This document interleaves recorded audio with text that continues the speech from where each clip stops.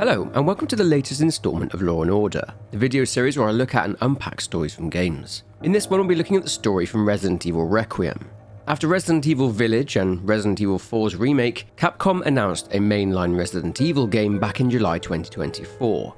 And recently, a week ago in fact, it dropped, and man, the opening part of this game was terrifying. It reminded me of that sense of fear I felt first time I was playing through the early parts of Resident Evil 7. It blended the first-person horror of Grace's sections with the action-packed Leon sections, and of course, there was the awesome and long-awaited return to Raccoon City, the place where I, like many other people my age, would experience the horrors of Resident Evil on the PlayStation 1. This game also expanded a lot on a certain organization. I won't say too much more, but please be aware that I'll be providing context for things that happened in other Resident Evil titles, so there will be spoilers in this video for the entire Resident Evil series. If you want a comprehensive rundown of the entire story so far, then I dropped parts 1 and 2 of the series a few weeks back, so go and check those out first if you want to know what happened prior to this. Part 3 will be out very soon, following the release of this video. Anyway, now let's jump in. As always with this format of video, I'll be summarising the plot in its most basic form, and then unpacking the lore afterwards. Let's begin.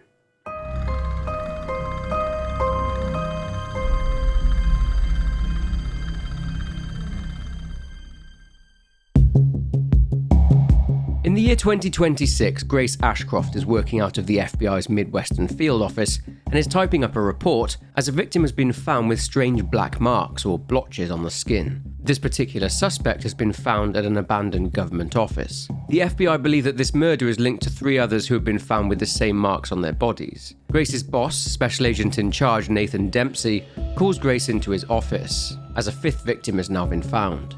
The thing is that the body has been found at the Wrenwood Hotel. This place is somewhere that Grace has a connection to, as her mother, Alyssa Ashcroft, an investigative reporter who had been involved in and survived the Raccoon City incident in 1998, was brutally murdered there, but Dempsey says this is a good way for Grace to confront her past and to, well, move past it. Despite this case now encroaching on Grace's trauma, she accepts and makes her way to the city of Wrenwood. Walking down the street, Grace is let in by the officer guarding the cordon, Officer Cole. She enters the abandoned hotel and has to take a moment to mentally prepare herself. She enters and is absolutely terrified. Looking at her case notes, the body in the hotel had been there for several days and had started to decay. All of the victims in this case were noted by the FBI to have been survivors of the Raccoon City incident back in 1998, an event that ended up with the bombing of the city after a T-virus leak that had turned people into zombies, and this was the fault of the Umbrella Corporation. One particular victim that has turned up dead recently was the man who was at the time the mayor of Raccoon City, Michael Warren, who in his cowardice fled the city, leaving his daughter Catherine behind. Anyway, someone left a photo of Grace on the bar. Someone has been following her and watching her. A key is taped to the back for room 204, the room that Alyssa and Grace had been staying in. Going up to the room, Grace finds the bed covered in photos of her, and one in particular jogs her memory of the night her mother was killed. Someone had called the phone and hung up once Grace answered. The power went out and Alyssa, seemingly paranoid that someone was coming for them, hurriedly led Grace downstairs. They witnessed the hotel manager get murdered by a hooded man, leading to Grace and her mother attempting to escape, and her mother then getting brutally murdered by this hooded man. She recalls from this memory that her mother had hidden something downstairs behind a painting, so going back downstairs she finds what was hidden. In the leather case there is her mother's journal, and in it are Alyssa's observations regarding the hooded man that she had correctly suspected was following her. Also there is an MO disc. Pocketing it, Grace then sees Officer Cole in there. He's holding his neck, stating that something stung him. He then transforms into a zombie and attacks Grace, with her managing to fight him off at first, but she gets bitten. A tense chase up to the fire escape sees her fight with the zombified Officer Cole, and he falls out of the window and onto the street below where he dies. Hearing music coming from one of the upstairs rooms, Grace enters and sees a man sat in front of a fire. He gets up and this man looks awful. He says that he knows now that Grace is the one that he's been searching for, the special, chosen one. She tries to escape, but the large man grabs her, strangling her until she passes out. At the same time, Department of Security Operations, or DSO agent Leon Scott Kennedy, is in a place called Elbridge. He's speaking with his mission coordinator about a new body that's just been found. That's now 6 bodies, all with the same black blotches on the skin. The coordinator says that the team has settled on a person of interest in the case, a man named Victor Gideon, a man with ties to Umbrella. He's one of the researchers who had worked on the T-virus, and he's the man that was waiting for Grace in the hotel. He was initially meant to give evidence as a witness in the Raccoon trials, but no one was able to track Victor down. The mission coordinator gives Leon an update on the body reported found in the Wrenwood Hotel, so Leon drives over to Wrenwood. Getting there, Victor Gideon is carrying Grace out of the hotel over his shoulder. Leon can't quite believe his luck that their person of interest is right there, but Victor shoots strange darts at 4 people and starts an outbreak right there in Wrenwood as a cover for him to escape with Grace. Leon gives chase, trying to save these people and also telling the coordinator to have Wrenwood locked down, but he loses Victor. Leon is told that Victor purchased a building after Umbrella had gone bust, somewhere called the Rhodes Hill Chronic Care Centre. Giving him the address, Leon removes his glove, and he too is suffering from the strange black blotches on his skin. The coordinator says they're running out of time. Later arriving at Rhodes Hill, Leon enters and is led to a room by a nurse there who says that the patients there are under experimental therapy developed by Dr. Gideon. She asks Leon to wait there. Whilst waiting and looking at a photograph of Victor and his staff, an announcement rings out over the intercom stating that the Code 6 emergency protocols are being enacted. The nurse runs into the room worried, saying they all need to leave, but she is killed by a zombified colleague who uses a chainsaw. He goes for Leon too, but pays the price. Whilst Leon is downstairs fighting zombified doctors, nurses and patients, Grace has come upstairs and has gotten herself free of her restraints. She reads a note left by Victor on the table which says that she had been stabilised and given something called Dexafil. Maybe this explains why she didn't turn after she'd been bitten by the zombie. Searching the darkened hallways of this wing of the care centre, Grace finds the shutter is not powered, so she'll need to find a fuse, and she does so, only the case it's in is locked, so she's going to need a screwdriver. She finds a lighter there though, which will help her see in the dark rooms. But she is surprised by an infected doctor in one of them, and she encounters something horrific.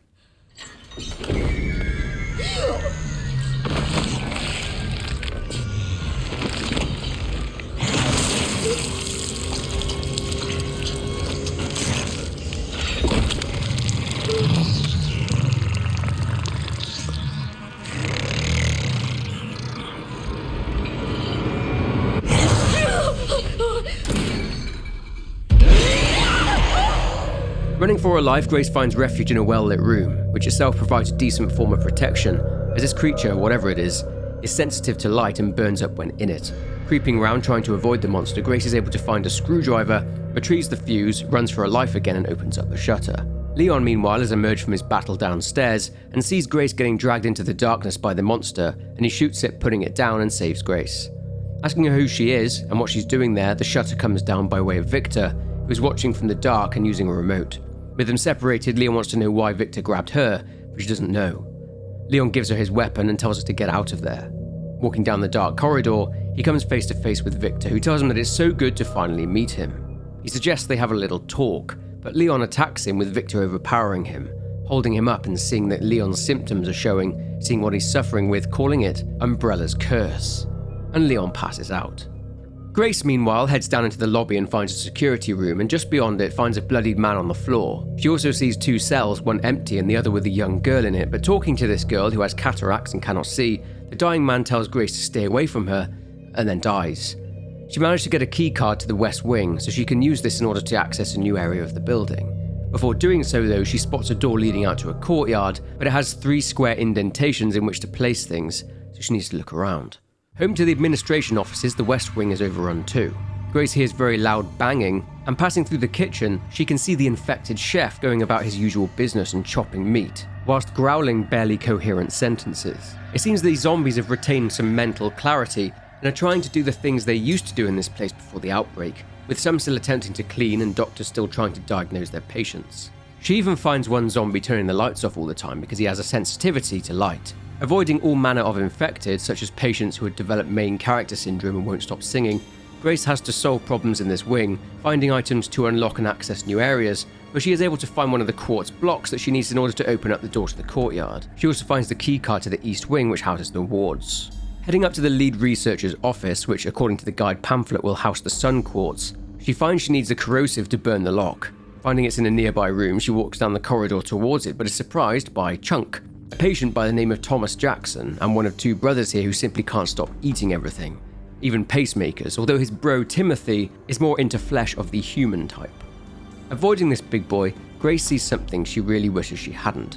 It seems that after being dead, these zombies can randomly mutate into what are called blister heads, and they are incredibly aggressive.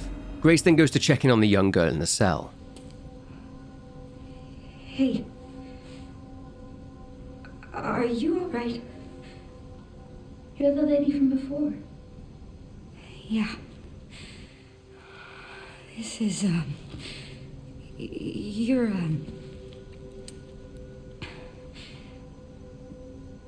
did anyone hurt you?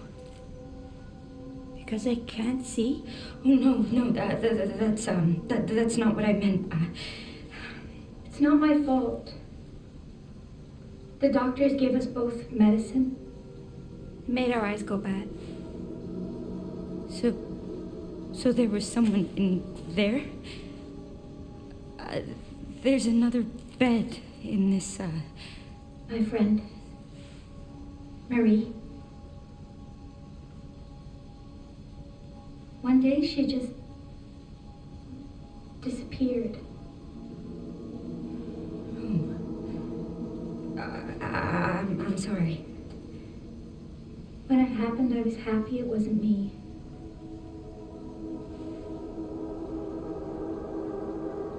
Is that bad?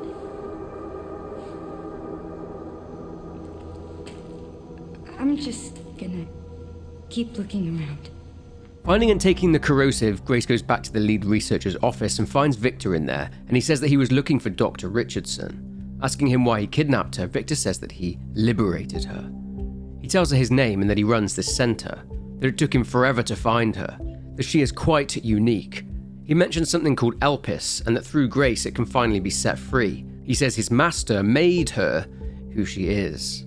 An alarm then goes off with Victor saying Phase 2 is about to begin. Somewhere else in the center, something happens to the infected lying on beds in the isolation ward. Victor asks Grace if she'd like to see what's under the hood, but she runs off and hides. Victor eventually leaves while saying there's no escaping her destiny to Grace, and she's able to go back into the office, melts the lock, and grabs the second quartz. Also inside the safe, though, is a notebook, which is all about Oswell E. Spencer's research. Could Spencer be the master that Victor was talking about? Entering Luke Clark's office in the isolation ward, Grace finds him dead.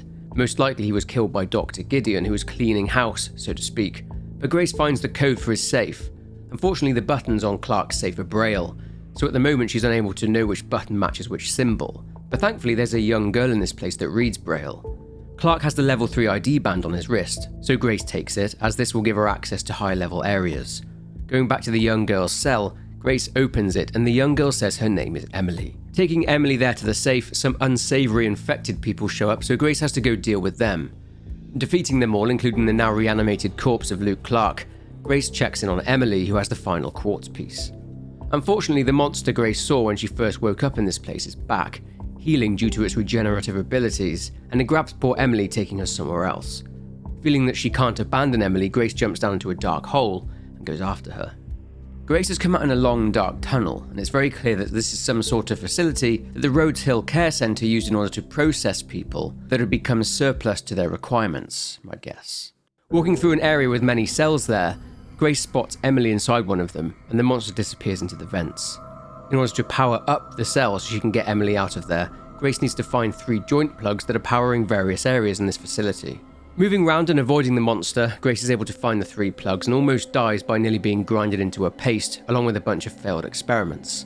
In a security room, Grace finds a plan to kill the girl using UV lights, but this plan failed, as was detailed by a staff member who wrote his last words on a piece of paper before dying from his injuries after seeing his colleagues get eaten alive. She also discovers at some point that this monster is simply referred to as the girl. Placing the 3 joint plugs into the distribution unit, the cells are opened and Grace carries a very scared Emily to the elevator there whilst being chased by the girl. Getting to what they think is safety, the elevator is attacked by the girl and they scramble to get off it before the cable for it snaps under the weight of this beast. The girl grabs Grace's ankle and the elevator plummets. Grace hears a crack and a squelching sound, but is relieved to see that the beast's hand has been severed and not her own foot. As Emily still has the quartz, they can now place them into the door and escape to the courtyard. Carrying Emily through the courtyard, they spot a chopper and are confronted by the pilot, a top geezer by the name of Harry. A great name, to be fair. After some back and forth about trauma and what they've experienced, Harry says they need to get the helicopter key, and he tells Grace it's in a nearby office. What Harry didn't mention is that the office is a large elevator, which takes Grace down into a lab that contains, well, lab equipment, and it appears that some seriously messed up stuff is going on in here. Whilst Grace has been in this facility looking around for the helicopter key, Leon had been woken up and found himself tied up in the centre's attic. A few hours have passed since he had been choked out by Victor, and he finds Victor there with him. He asks Leon why he's there, asking if he's there for him or for Grace. What makes Leon react though is when Victor asks him if he's there looking for the answers to his disease. He calls Leon an ignorant fool, slicing his neck and drawing blood.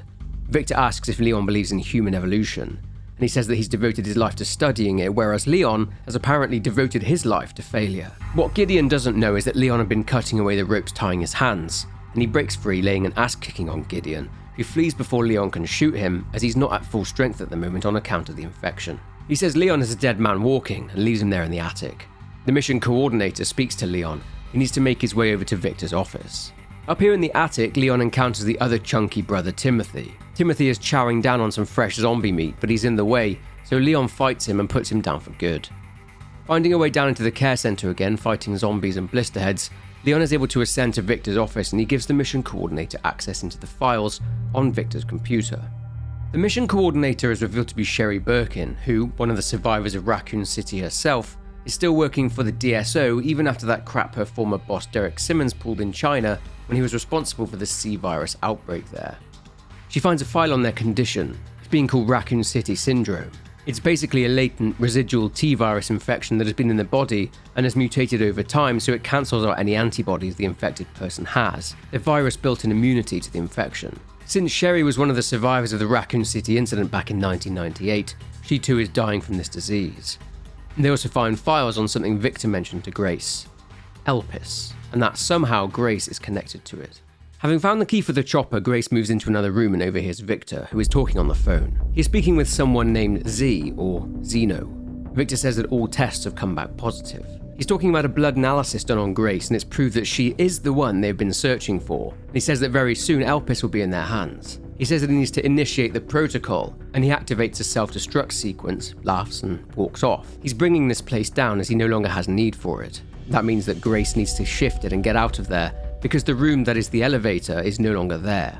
Getting through the released test subject, she just about makes it out and runs to the chopper. Things get a bit tense as the chopper needs time before it can take off, and this gives infected the chance to swarm it. They take off, but the weight on the chopper causes it to struggle. Meanwhile, Leon hears the sound of the out-of-control chopper. It crashes into the grounds of the care center, so they didn't get very far, and Harry is dead. Whilst Grace gets a badly hurt Emily out of the chopper, Leon provides sniper support from a balcony and helps her get into the chapel where he catches up to her.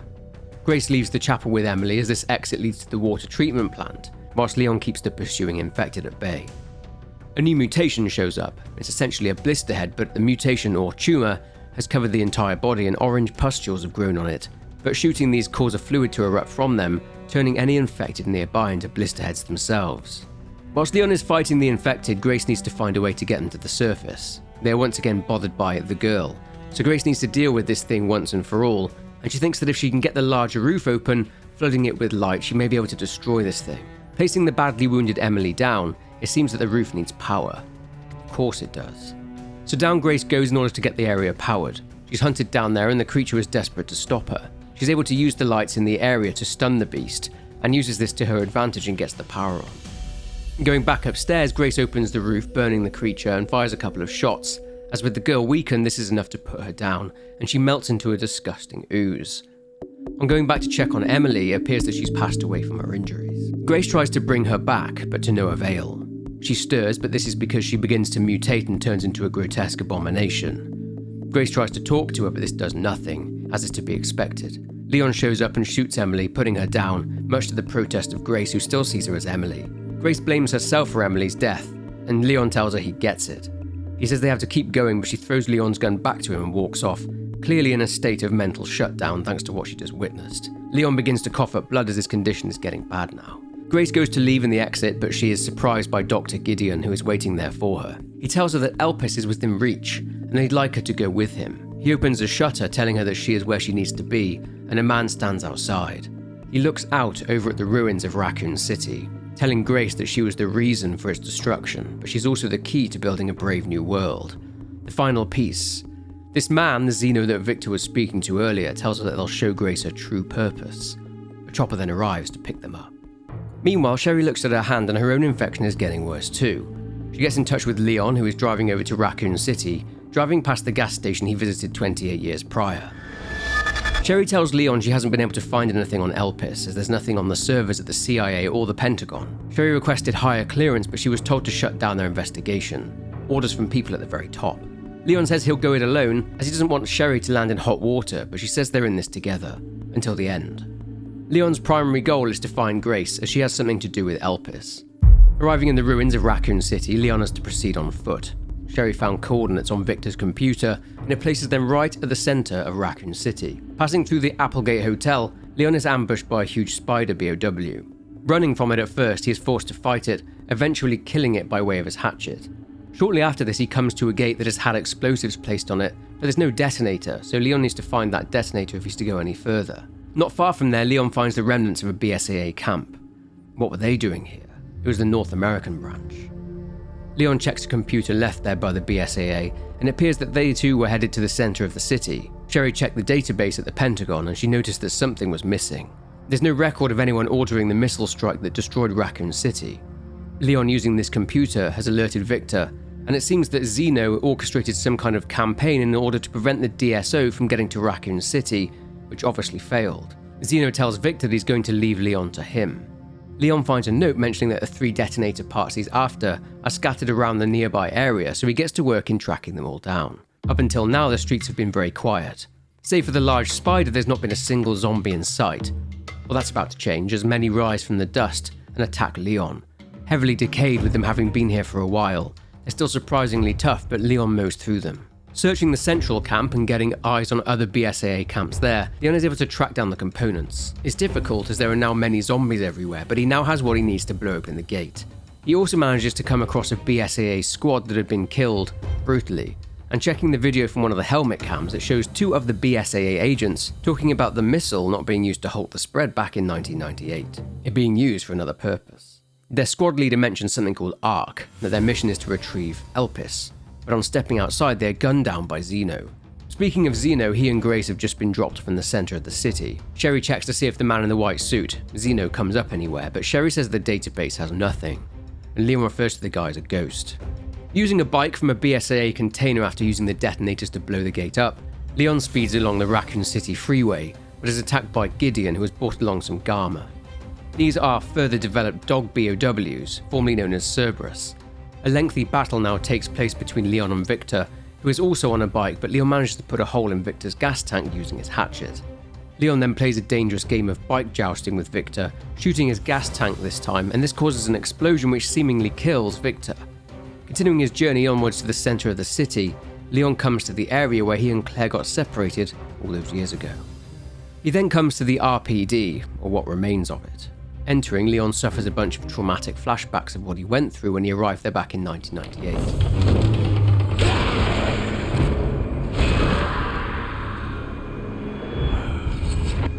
It's on you now.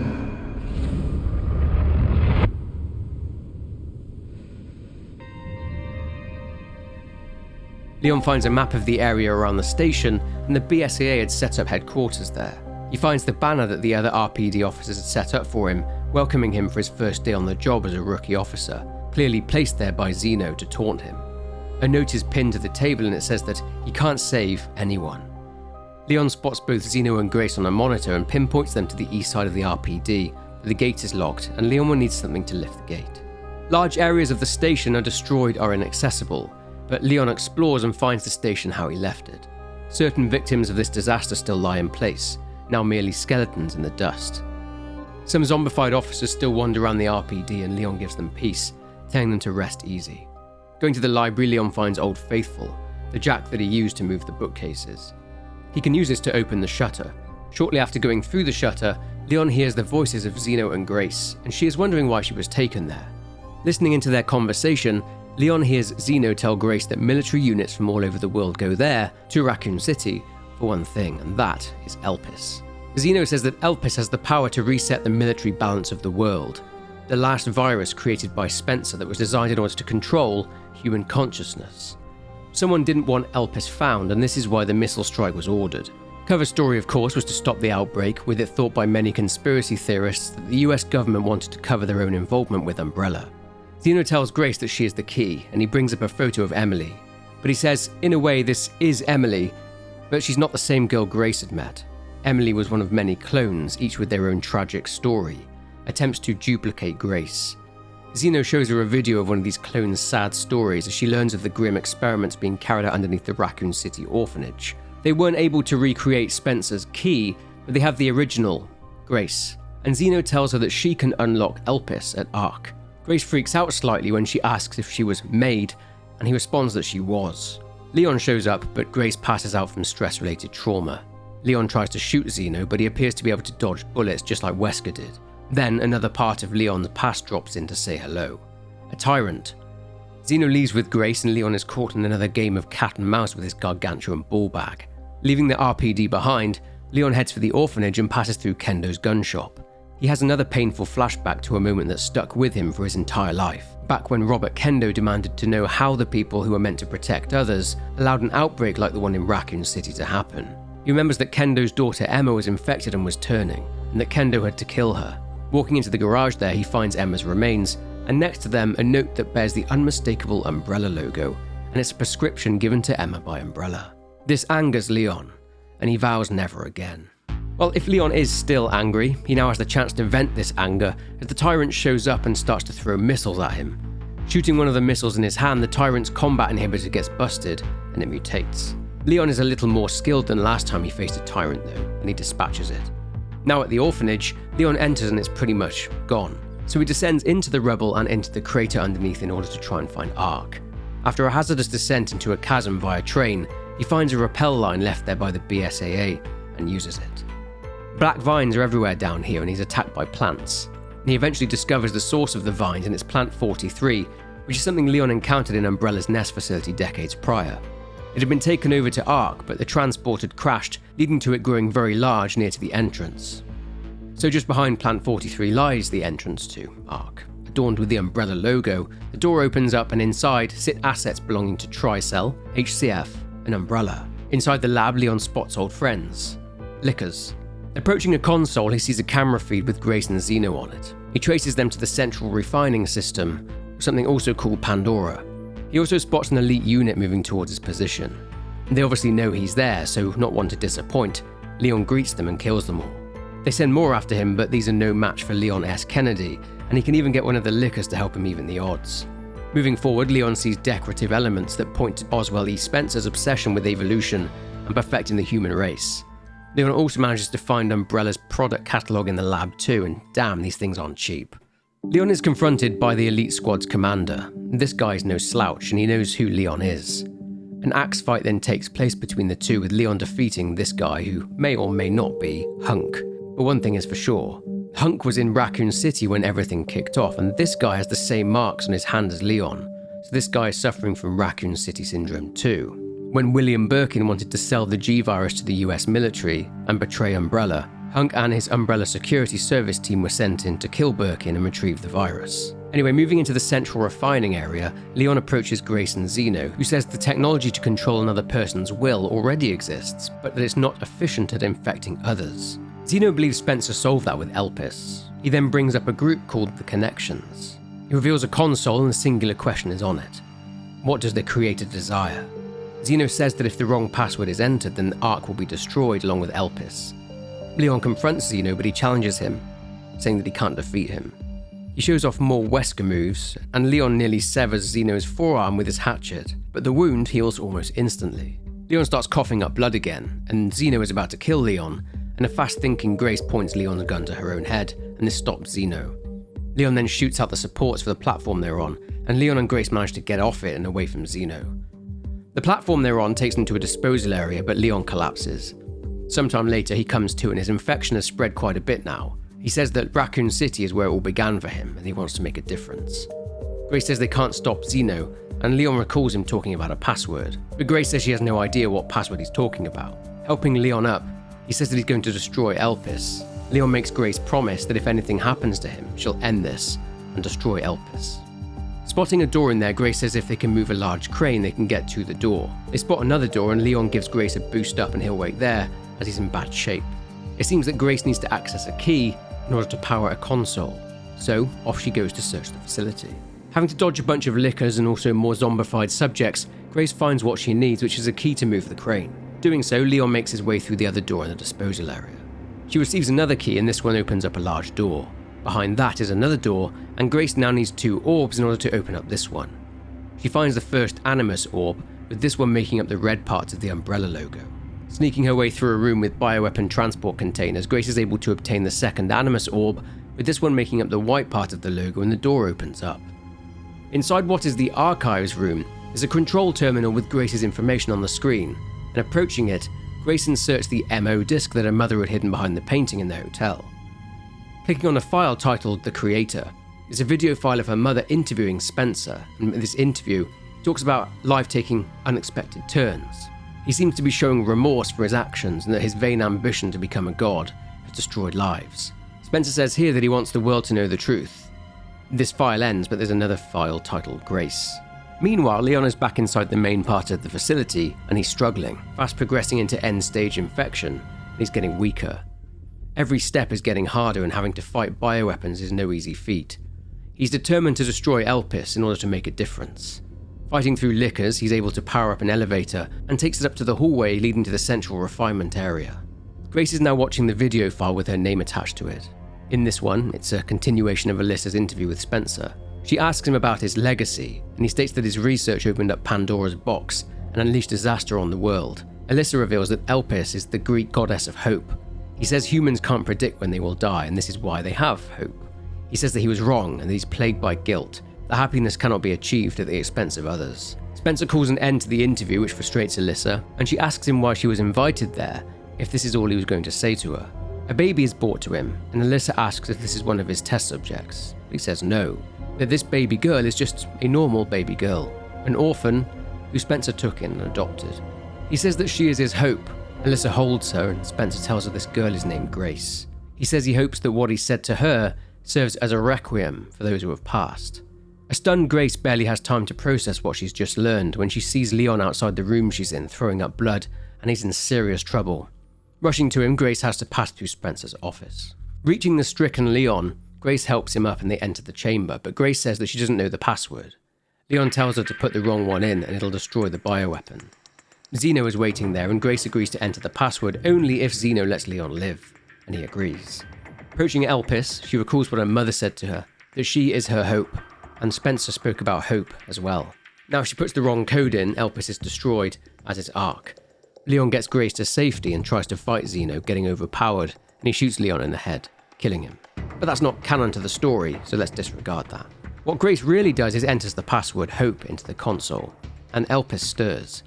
Victor then approaches, wounded, and a number of vials emerge. Leon asks Grace what she's doing, but she worked it out. Spencer regretted what he did and wanted to atone. Zeno is having none of it though. He injects himself with Elpis. His hope of a powerful new ability to control people is dashed, as Grace informs him that Elpis is a cure for all bioweapons and viruses derived from progenitor. That includes the mutant T-virus in his own body, and he loses his power. Experiencing this, along with Grace telling him she's nothing special, he goes for Grace, then Leon intervenes. Zeno is now just a normal human, so he doesn't have a lot of strength. Victor finds all this amazing. He said he's humbled by the genius of Spencer. Zeno is more concerned with the amount of money that was wasted on Victor's experiments. Victor says that with all the bioweapons in the world rendered useless, the world order will be thrown into chaos, and he likes a bit of anarchy, does Vic. Victor is convinced that this is what Spencer wanted, anarchy, and vows to bring this vision to life. Zeno says that Victor and Spencer were means to an end, but he replies that Spencer outwitted them all, and that Zeno is just an imitation. Zeno says the connections are done with him, but Victor chops Zeno's head clean off with what is now a mutated arm, which he uses to stab Grace. She injects Leon with the Elpis antiviral and tells him it's a cure. The latent T-virus in his system then goes away, and Leon immediately starts to feel better. Unfortunately, Victor has triggered the self-destruct sequence and the platform plunges. Leon faces off against Victor, who he calls Umbrella's last skeleton. He's incredibly powerful, and after some punishment, he mutates.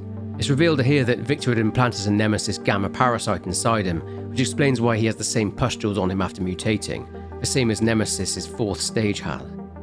Eventually, Leon is able to bring Victor down. Looking for Grace, he finds her, wounded, but she's okay. The place is coming down around them, and one by one the lights go out, with Leon saying that he's with her until the end.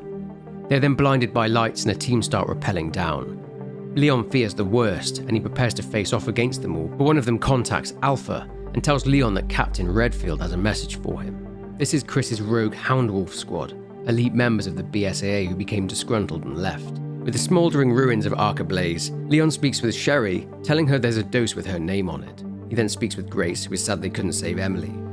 Leon says that he made sure he didn't hit any of her vitals so they could still save her. Leon then leaves and throws away the glove he's been using to hide his Raccoon City Syndrome symptoms, no longer afflicted with the disease. Another chapter in his life has come to a close.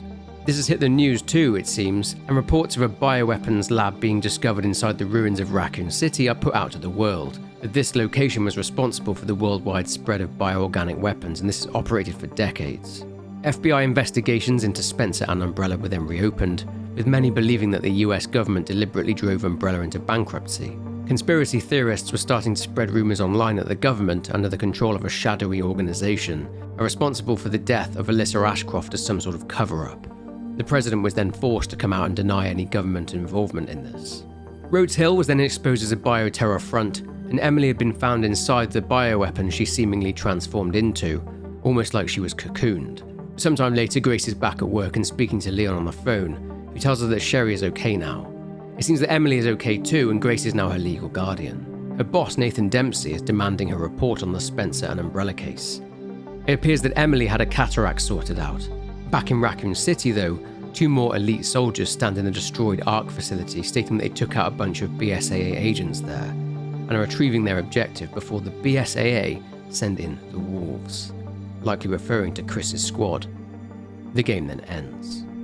Okay, so that's the simplified version of the plot, but now let's dig a little bit deeper and tie all of this together, and let's start with Alyssa's backstory. Let's go back to 1998. Now, a large part of the following section takes place in the spin-off titles Outbreak and Outbreak File 2, in which small groups of survivors try and find ways to work together and escape the city. You can play as any character in any scenario, but there are obvious canon choices for these, such as George being a doctor and going through the hospital and university scenarios, and Alyssa going through the flashback scenario. Alyssa also has unique files show up in a few of these scenarios, so we'll cover those scenarios as part of her backstory. Whilst chilling in Jay's bar in Raccoon City back in 1998, Alyssa Ashcroft hears a report on the TV about a crazy man attacking fans at a baseball game. A sick-looking man walks into the bar and attacks the barman there, and this leads to a very desperate situation where people attempt to escape. Alyssa teams up with a group of survivors and makes it to some transport, where she later ends up, although it's not clear how she got there, at Umbrella's Nest facility. In this facility, Alyssa is there with somebody by the name of Yoko, who had previously donated tissue samples to Umbrella for T-virus research, and they're confronted by one of the Umbrella researchers called Monica, who ends up dying after a G-lava bursts out of her chest. Whilst in this facility, Alyssa assists Yoko and another survivor in defeating the grown G-lava, and they escape the facility. Heading through the Raccoon City Zoo next, Alyssa finds a newspaper article she previously wrote in 1996 in regard to a man's body being found in a river in the Arkley Mountains. The man had a lot of drugs in his system and had been disposed of in the river near the hospital, and at the time, Alyssa had suspected that Umbrella were the ones responsible. She'd previously been here at the zoo investigating the zoo's director Elliot Martin, who had been suspected of smuggling protected species of plants. Alyssa follows up the lead from the newspaper she found at the zoo, and she finds herself in an abandoned private hospital in the Arkley Mountains. A hospital that Alyssa had actually visited once before, but she can't remember doing so. So way back when, Umbrella had used Arkley Hospital to conduct more experiments. They'd supplied drugs to the hospital, and 2 doctors working there, Drs. Erdott and Lester, would administer these drugs and record their observations. And these experiments were led by a member of Umbrella's virology team called Dr. Greg Mueller. Introducing different strains of T-virus to various patients, most of them had displayed symptoms of what some had termed the cannibal disease. The RPD found out about these experiments, but of course, since Chief Irons was being bribed by Umbrella, any investigations hit a dead end. Alyssa and her friend and colleague Kurt had previously shown up there in order to investigate the illegal drug testing, and managed to get caught up in an outbreak, with Kurt being bitten by a zombified patient, who it so happens was Dr. Lester's wife Dorothy, who had herself been experimented on as she was suffering from heart disease, and Dr. Lester was desperate to try and save her.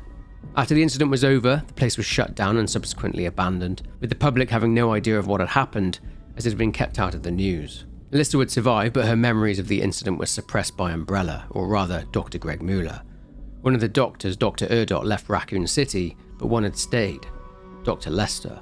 But something strange took place at the hospital as a T-virus plant had grown, making its home in the building. Dr. Lester, grieving over the death of his wife Dorothy, who died in the hospital outbreak, watered and fed animals to the plant, as he also suffered mental degradation thanks to the T-virus spores, but these weren't enough to turn him into an actual zombie. He would later feed humans to the plant, which he'd now named Dorothy, believing it to be the reincarnation of her soul. Alyssa returned to this hospital after she was at the zoo and saw the news report of the man's body washing up near to the hospital, giving her flashbacks, and when they were at the hospital she would regain her memories, all whilst being chased by an axe murderer, who turned out to be Dr. Lester. After escaping Raccoon City, Alyssa wrote an expose on Umbrella called What is a BOW, and this piqued the public's interest into what was a very public court case involving Umbrella. But Alyssa's account of what happened and what she'd found out was quickly labelled by powers that be as a conspiracy, since the US government, well, the connections, had blown up Raccoon City as a way to conceal not only their own involvement with Umbrella, but to hide Elpis too. The whole bioweapons thing would for a long time be viewed as an urban legend. She would continue to try and expose corruption by using her skills as an investigative reporter, and Alyssa would end up interviewing none other than Oswald E. Spencer sometime before his death at the hands of Albert Wesker in 2006, as we saw in this game. During this interview, as we saw, he expressed regret for his actions, but nonetheless would still go on to find ways to achieve immortality. Around 2016, Alyssa attempted to investigate and find out about the disappearances in the Dolby parish, where she would report that over 20 people went missing in 2 years. But 2 years later, as we saw in 2018, Alyssa would meet her demise at the hands of an assassin sent by the Connections. Right, so the big bad. The Connections would go by many names in order to hide their true name. Names such as the State and the Defense, and these organizations would disappear as fast as they appeared. When Raccoon City had been overrun and things were out of control, the city was destroyed by way of a thermobaric bomb, dropped right into the heart of the city, leaving a massive crater. But next to that crater was a facility that Spencer had built, calling it ARC. Minutes in ARC detail a meeting involving the Defense, mention the outbreak of the T-virus and someone with the initials KD ordering the missile strike on the city, and this was done without the authorization of the president. The Connections were involved, so there was no need for it apparently. After the Connections had orchestrated the downfall of Umbrella through the very public and very expensive Raccoon trials, in which Umbrella were to be held to account by the US government for their actions, they took control of all of Umbrella's assets after they went bust. Bioweapons, data, research, facilities. Most important of these to the Connections was ARC, and they'd go on to use it as a hub to produce and sell bioweapons from. To buy a Gamma would cost $30 million. A Tyrant, meanwhile, well, that'll be $120 million each. ARC was therefore a key bioweapons production hub for North America. As you remember from Resident Evil 6, President Adam Benford, a close friend of Leon, tried to blow the lid off of the whole affair but was assassinated by a group known as the Family, who were under the leadership of the National Security Advisor to President Benford, Derek Simmons. The Family were likely under the control of the Connections too, just another arm of this very shady organization. As we saw when Leon entered ARC, there were various interesting things in the entrance, and these were things belonging to Tricell, HCF, and Umbrella. Tricell were obviously involved heavily in what happened in Africa in Resident Evil 5, and you'll recall HCF was the military arm of Umbrella's rival organization, who we can pretty much now assume were the Connections themselves. The Connections controlled Tricell and HCF, which probably means that Wesker was working for the Connections, and they are likely the long mysterious rival organization of Umbrella, and it's certainly possible that this is who Ada had been working for too. This is probably how Zeno looks so much like Wesker. He's a clone but with his own unique personality. Maybe they managed to implant Zeno's memories into the Wesker-type body, which had the powers of the mutant T-virus inside it, which could explain why Zeno has the same black marks on his face as Leon, as he's effectively suffering from the latent T-virus syndrome, as Wesker had injected himself with a mutant T-virus. I guess this is a good time to answer the question as to why Sherry's infection seems to not be as fast-spreading as Leon's. Well, I believe that since she got infected by her father and then cured, and then having remnants of the G-virus in her body, and her healing abilities from that, as seen in Resident Evil 6, her healing abilities are maybe slowing down her Raccoon City syndrome, but again, just a theory. But when it comes to Wesker, maybe we'll see more of his clones. Possibly. It's just a theory at this point, but who was in control of the Connections? Well, many people had been under the impression that one of the founders of Umbrella, Brandon Bailey, had founded the Connections as well, but this, after Grace published her report, was found to be untrue. The Connections had actually been in contact with Dr. James Marcus first, through another of their branches, the F Foundation. If you don't remember, James Marcus was also one of the founders of the Umbrella Corporation, and the guy who successfully developed a working T-virus before Spencer had him killed. The Connections donated $30 million to Dr. Marcus, and this was no doubt one of many donations they had made to him. These donations would become very hard to trace, as all the Connections' shady organizations would cease to exist shortly afterwards. Over the years, government agencies would attempt to blow the whistle on the Connections, but no one would really have any idea just how deep the Connections' influence went. They wished to be involved in what Umbrella were doing. In 1998, Brandon Bailey, who was at the time based in Africa sending progenitor virus samples to his Umbrella colleagues, wrote to the F Foundation saying that preparations were complete and that he was awaiting a response from someone. He was waiting for the Connections to contact him directly, instead of through a middleman, if you like. As Dr. Marcus, Bailey's mentor, had died in 1988, Bailey had taken over from Marcus and was potentially a Connections mole working inside Umbrella. Spencer had arranged to have Brandon Bailey killed in order to take full control of the company, but it was never actually confirmed if Bailey had been killed. But back to ARC. The Connections believed it contained within it Oswald E. Spencer's final virus, a bioweapon by the name of Elpis. You see, the Connections were very interested in mind control. They'd previously found out about a black substance that stored the memories of people within it called the mold, or the mutamycete, and had contacted a biologist in Europe by the name of Miranda. She had supplied them with a sample of this along with the DNA of Miranda's dead daughter Eva, to whom she had devoted her entire life to bringing back through a memory and consciousness transfer, but the Connections created a bioweapon from it. A young girl called Evelyn, a failure according to Miranda. Anyway, Evelyn was sent into hiding after the BSAA failed to destroy her in Munich, and the oil tanker she was being transported on crashed in the bayous of Louisiana in Dolby Parish after a storm. Evelyn then infected a family called the Bakers and controlled them via the mold. This is what Zeno is referring to when he said the Connections already have the technology for mind control. The Connections still wanted Elpis, as they had been led to believe that it was a bioweapon for this very purpose: mind control. As mentioned earlier, the mold wasn't very effective at infecting others, but they believed that Elpis would be. Whilst Leon was searching for the detonator components in the city, Sherry discovered that the Pentagon had put pressure on the BSAA. The North American branch had been moving independently after a schism inside it, and since the Connections effectively controlled large parts of the US government, this could also explain why the side of the BSA under the control of the Connections had sent BOWs to the village in Eastern Europe. It's very likely the Connections wished to secure Miranda's research on the mold. This also, I'd guess, explains the formation of Blue Umbrella, the BSAA teaming up with them, Chris's distrust of them, and then the Dolby cover-up causing Chris to take his BSAA squad away, going rogue and becoming the leader of his Hound Wolf squad. It's likely that after the events of what happened in Eastern Europe in the village and with Ethan and Miranda, Chris discovered how deep the Connections' claws were dug in, and this is maybe how Chris found out about ARC. The BSAA under Chris's control were close to getting to ARC, but as we saw, Zeno killed this BSAA team before they could get to it. They had full control of ARC, but not control of Elpis, as it was password protected. They had heard about Grace, and needed her, but she was very hard to track down. Alyssa was moving around a lot and had suspected someone was following her, and she was right, of course, because as we saw, the Connections had sent an assassin to kill her, as they wanted to retrieve something she had on her. A disc with interviews conducted with Spencer that potentially had the code for Elpis on them, but as we saw, she hid the disc. The assassin had a secondary objective too, it seems, and that was to kidnap Grace, but the assassin died before he could take her.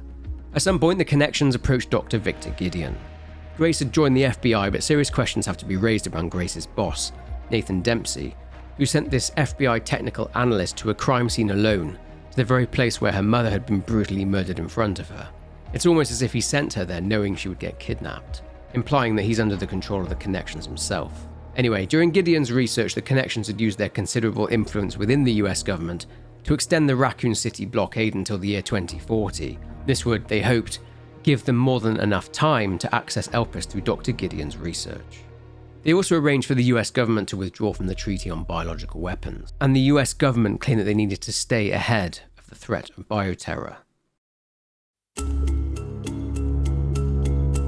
So as mentioned earlier, Dr. Gideon is a former Umbrella researcher.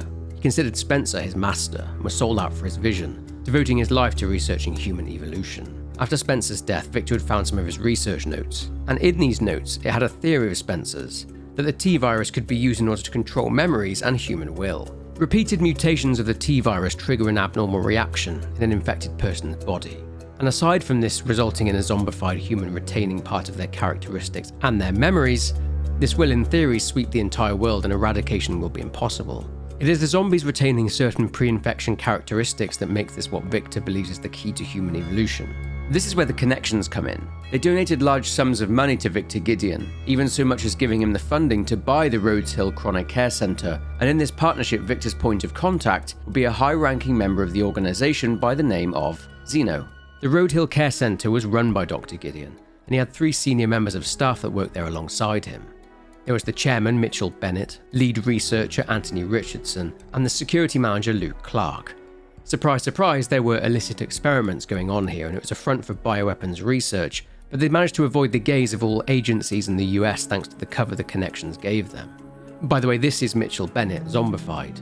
He was in the care centre eating a woman, while simultaneously telling her she was fired. Mitchell Bennett was the one that enacted Code 6, and whether or not he was meant to become infected isn't known. Anyway, at some point, Victor had found more of Spencer's research notes. In a document found in Victor's secret laboratory underneath the courtyard of the care centre, it mentions Spencer's research in regard to memory transfers. He claims that humanity suffers when its greatest leaders are lost. He theorised that the best way to preserve greatness is to transfer those people's memories to a new vessel. He thought that in the same way fruit flies pass memories onto their offspring via their genes, human beings could do this too. He believed that the way to do this was through blood, as the cells within it contain loads of information, memory transfers through blood. Given the T-virus gives them control over certain factors regarding blood, Oswald Spencer hypothesized that using those same elements would facilitate the transfer of memories. This brings us to the Raccoon City Orphanage. Back in the 1980s, the orphanage was run and funded by the Spencer Foundation, and Oswald E. Spencer would regularly visit, but at one point these visits would stop. Back in 1990, 8 years before the Raccoon City incident, Spencer's researchers had cloned a bunch of young girls. One evening, one of the girls, Chloe, woke up to the sound of worried staff there, and they were speaking about other young girls being out of control. She heard screaming, crashing, and next door one of the doctors was attacked and had his neck broken by young orphan girls with scarring on their heads and their eyes were red. Chloe shouted at them asking what they were doing, but they went after her, and she had to hide under the bed until they went away. She managed to make her way downstairs and through a trapdoor and down into the underground passages beneath the orphanage. She came to a small chapel, and inside, she found toe tags inside caskets which indicate some of the young girls that were at the orphanage had died and then were discarded due to volatile symptoms. Chloe found a ladder and was chased again, but ascended the ladder and ended up in a lab underneath the orphanage. She read about what was called the Series 60. Turns out that researchers here in this lab had injected the plasma of Oswald E. Spencer in an attempt to facilitate memory transfer. However, this failed, as subjects developed mental abnormalities, as we've just seen through the children going crazy and killing people. What the researchers then changed was the viral load in the blood of the new Series 70, who was Chloe herself, and she was more stable. Further into the lab, Chloe discovered a slideshow, and looking at the photos on it, she found out who she was and how she came to be. A doctor then walked into the room and sedated Chloe, and told his colleagues that they needed to get rid of her.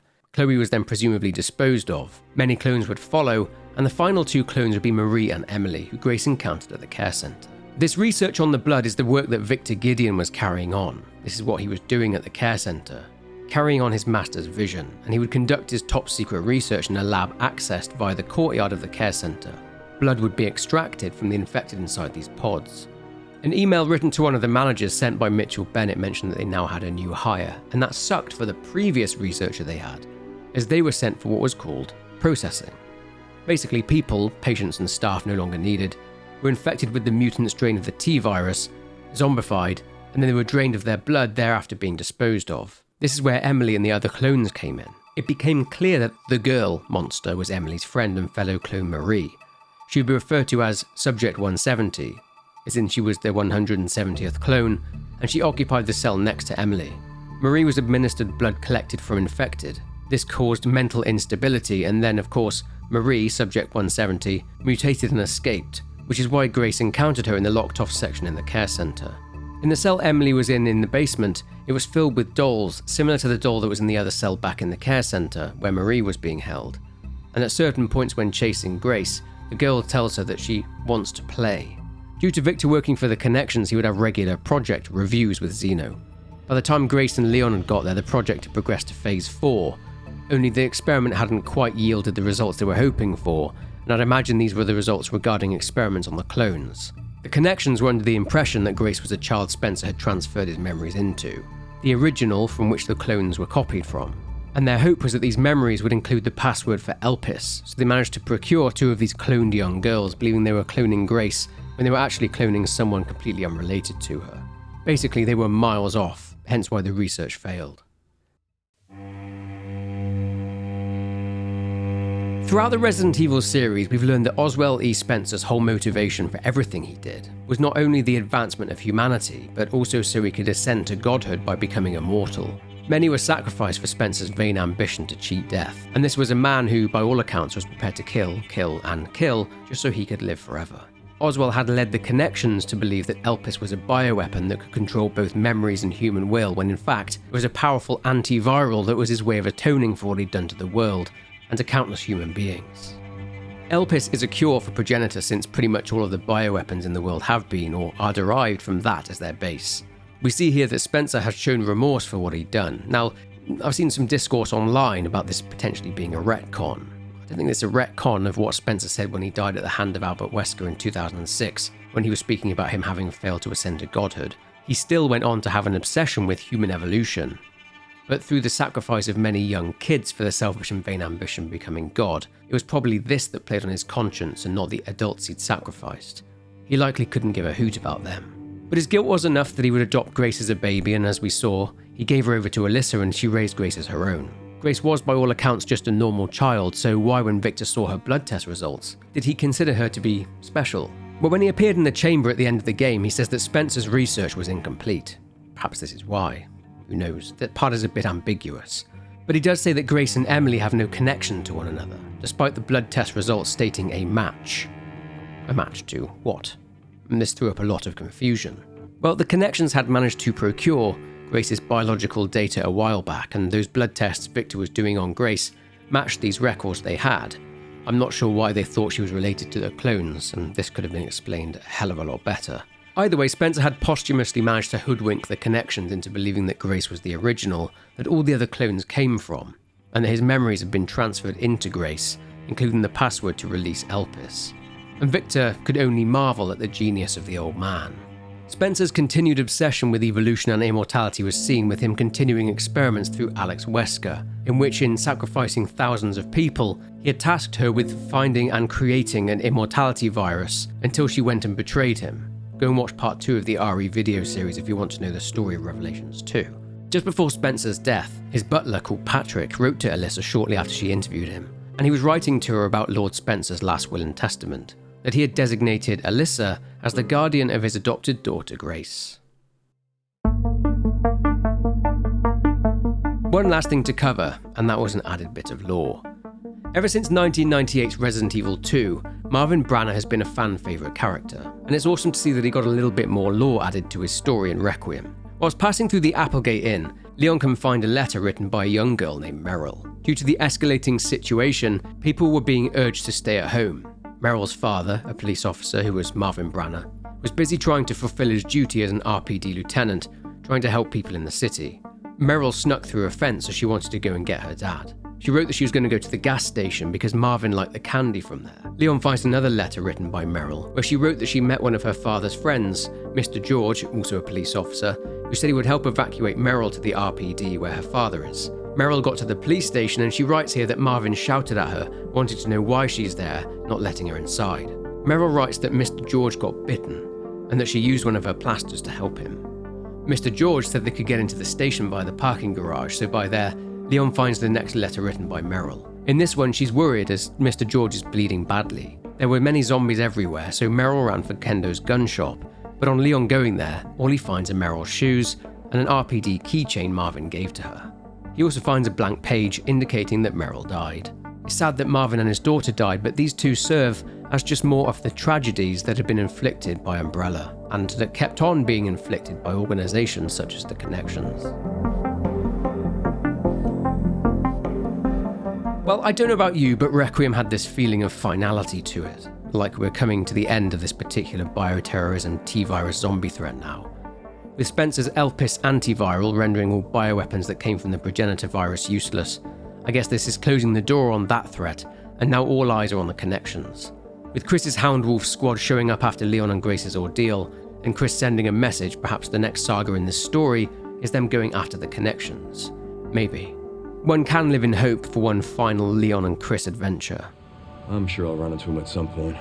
With the two connection soldiers at the end stating they're grabbing the objective before the wolves show up, perhaps Chris and Leon will be going back there again. I would like to know what came of Chris and the Hound Wolf squad's trip to BSAA HQ after the events of Resident Evil 8, but I'm sure that will come at some point.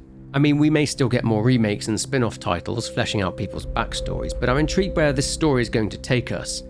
We aren't at the end of the timeline, as Shadow of Rose takes place all the way in 2037, and by that point Leon will be early 60s. As for this particular story, well, I liked it and I didn't. I felt there was just a lot left dangling there with no explanation. It was a little bit more convoluted than it needed to be.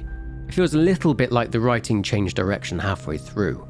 There was also Spencer's change of character, but I don't think this is too much of a retcon as explained earlier, as he's always wanted to live forever and become God. But yeah, there are a few plot holes. Nonetheless, a very entertaining game and a very strong entry into the Resident Evil franchise. But that's pretty much it for this video on the story of Resident Evil 9 Requiem. As I mentioned earlier, the part 3 of this video series for the whole story of Resident Evil will be out very soon.